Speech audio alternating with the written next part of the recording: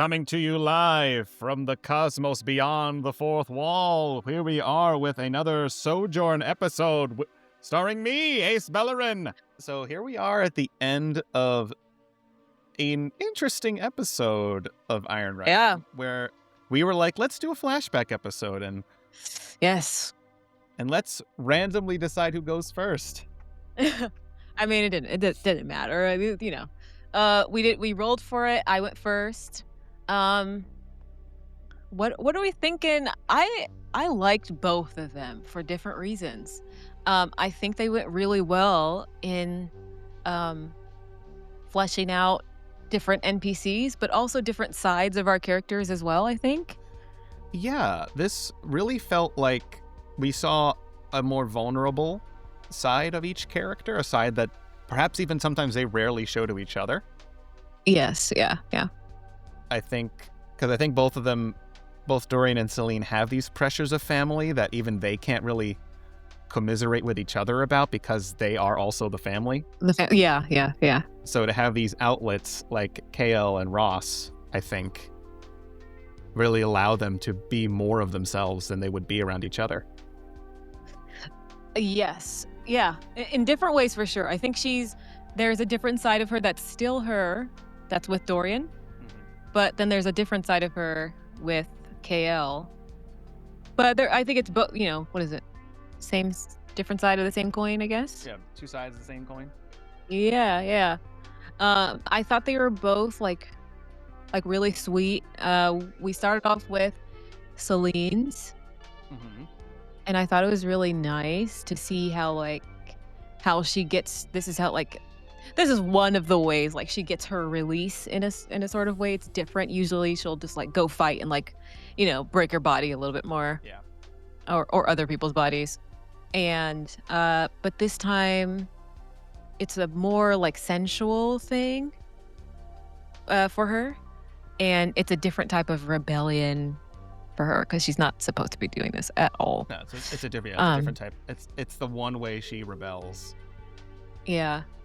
And I thought it was funny because I was I knew in my head, I was I'm going to say her dream, but it's a kind of twisted one where when she was 10, she was traumatized and but then she thinks she saw the perfect assassin execute a job so perfectly that she wants to be like that, and that's her dream.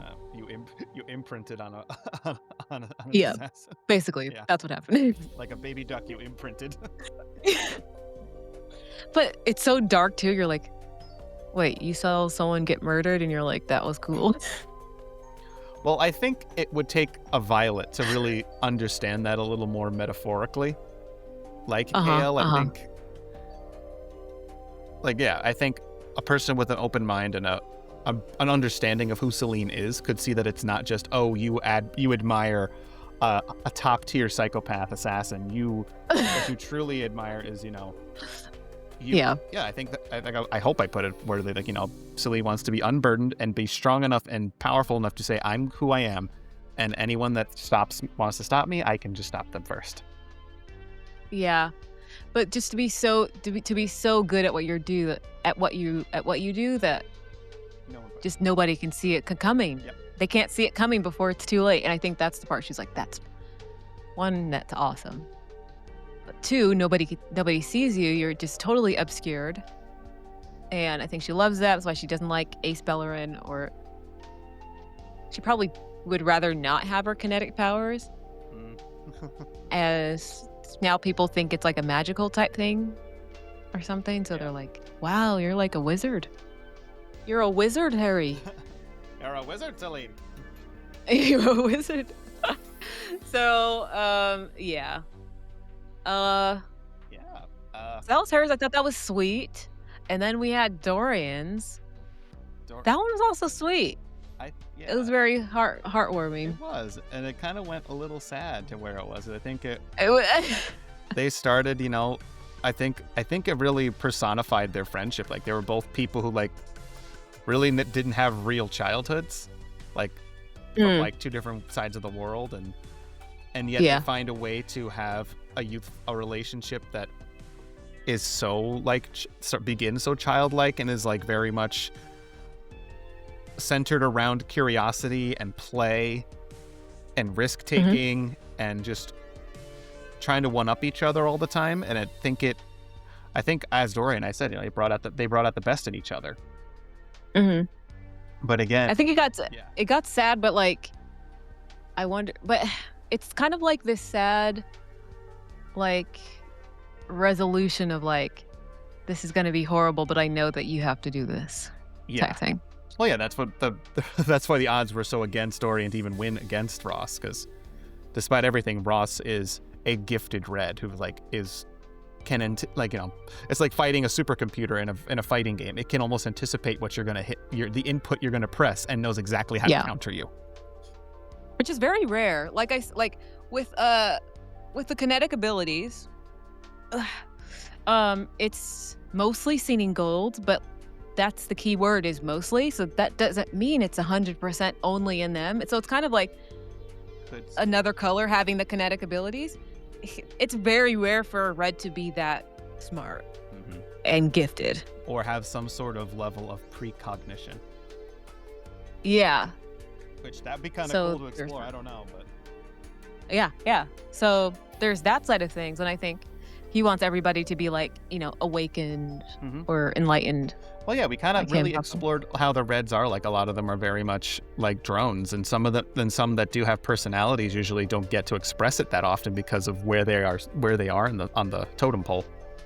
Yeah, unfortunately.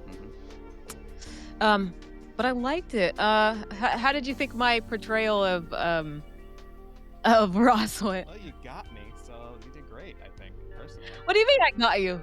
Oh, a moment like, you're no matter what happens, I'll always consider you my best friend. Like that's like, those are powerful words to say. And did it hit you in the feels? Yeah, it did. Got you in the feels? I am man enough to admit when I'm feeling an emotion.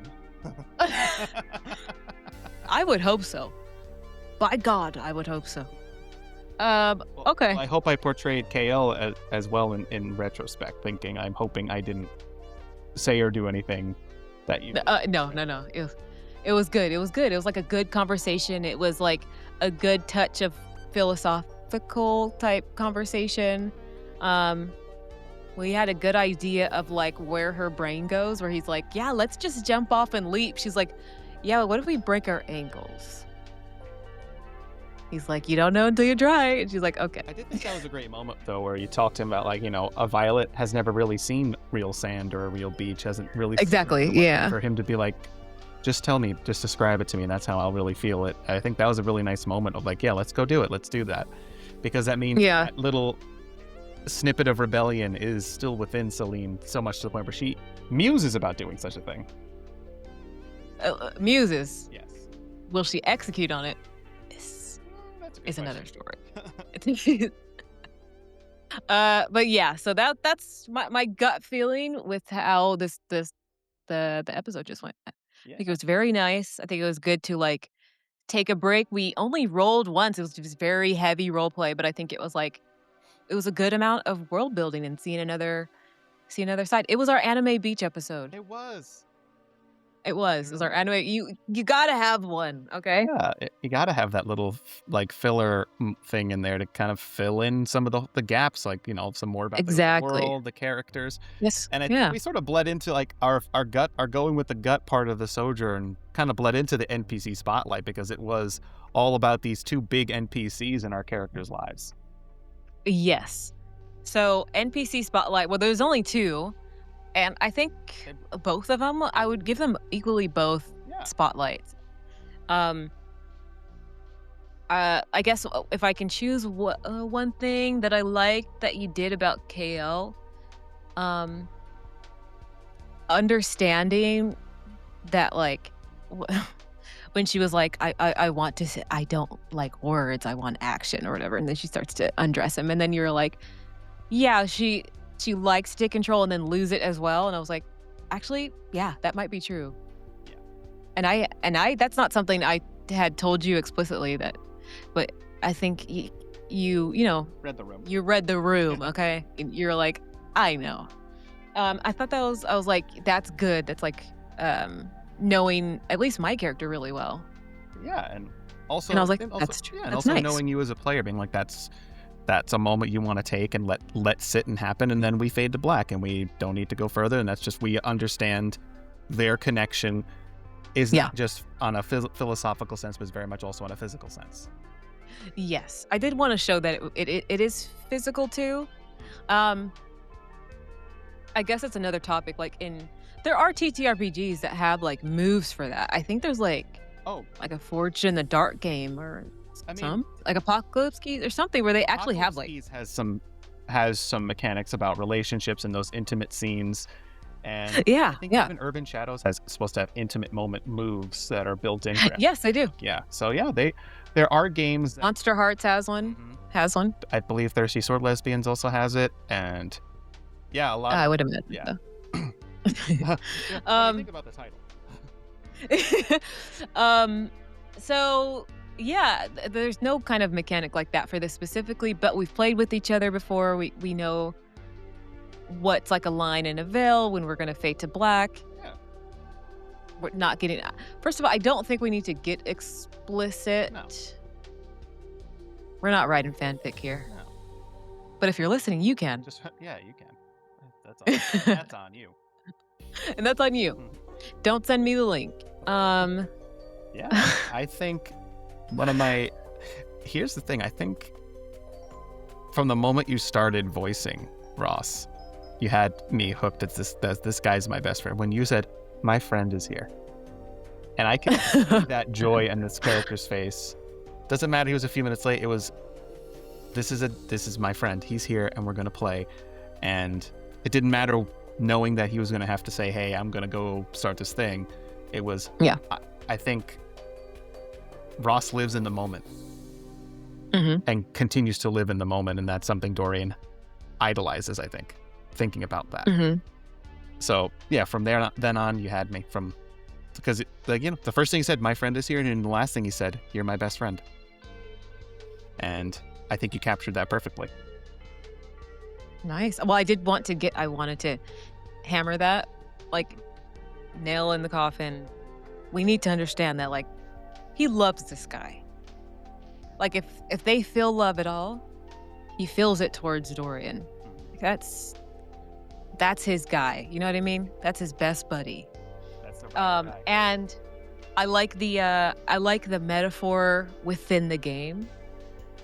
Yeah, that was fun how it like built and like naturally went into his plans for the future.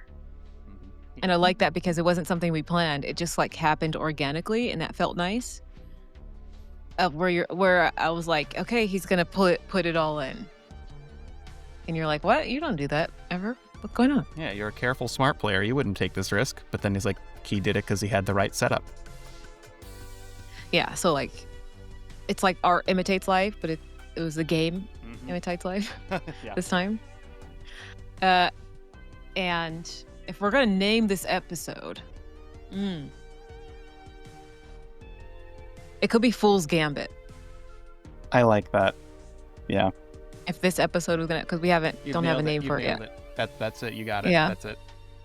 Yeah, and I think it works for both of our. Oh, it absolutely does. It's flashbacks. About that risk. Yeah, it's all about the risk. What's a Queen's Gambit then? Because that's an actual move. It's something to do with chess. I know there was a Netflix. Yeah, it's a chess move. So there's a Netflix series about the famous one. I've watched. Have you not seen Queen's Gambit? Oh my god. Okay, I'll tell you. Yeah, it's one of those ones I fell off on, but I didn't even start. Not on purpose. It was sort of a life stuff happening, and I fell off of it. Okay. So I'll have to... Highly recommend to finish. It's so good. I never thought a show could make chess cinematic or make me interested in chess at all. It's great. Okay, so let's move on to. So we get into Stars and Wishes? Yeah, Stars and Wishes. Okay, you want to go? Sure. Okay. My star for this episode, I think, was watching Selene be vulnerable. Not just physically vulnerable, but complain about her mother, complain about the pressure, and just shoot the shit, for lack of better words. And that was really cool to see, and to also be the earpiece for that scene and to be able to sound off on it with you. Yeah. I think it was a good back and forth too. I think this whole talk is just full of stars. Yeah, this whole and the wish is I want to see more of KL. I want to see more of the Violet District. We got a little. That'd be interesting. Yeah. I don't know when, based on what's going on, but I know. We got some places too. There's like some crazy stuff that's going down in the Violet District that we haven't even explored yet. Yeah. Let's just say the Violet District is sexy. Is that that's one of the adjectives? One of the words. That was one of the adjectives for Violet District. Okay. My star and wish. Like I said, all of it was just really good. I will say, this is hard. I had good moments in both flashbacks. Really good talks.